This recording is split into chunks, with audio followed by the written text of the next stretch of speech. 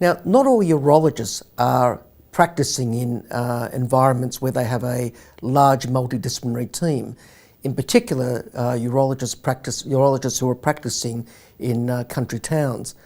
How does a urologist in that situation equip themselves to look after patients who are on, say, abiraterone or enzalutamide?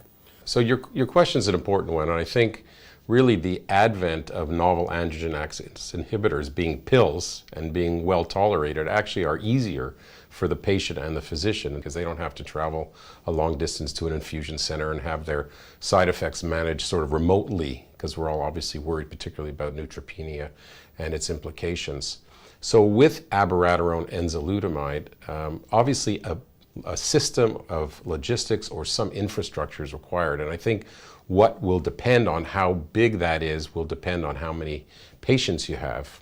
And I think it's, again, important for us to realize that CRPC is still a relatively rare condition. A typical urologist will have 1, 2, or at the most 3 patients in his or her practice with this state of prostate cancer.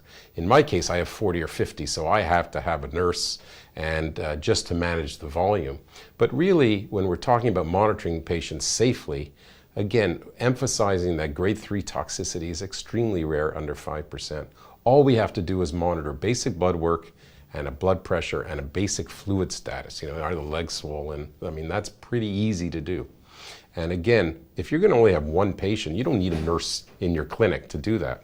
All you need to have is a system in place to sort of loop back and check blood work. For example, if the patient's on abiraterone, you're going to have to check their potassium, their liver function, for example. Or if the patient's on Xgeva, you're going to have to check a calcium level. When I first started with these drugs in my clinic and I had 1 or 2 patients on them, I actually just put a note in my calendar to check Mr. Jones's blood work online, so I knew it was done and I'd loop back to do it. Now, obviously, if you have 1 or 2 patients, you can do that without any difficulty. But if you have a large number, then you're going to need more of an infrastructure.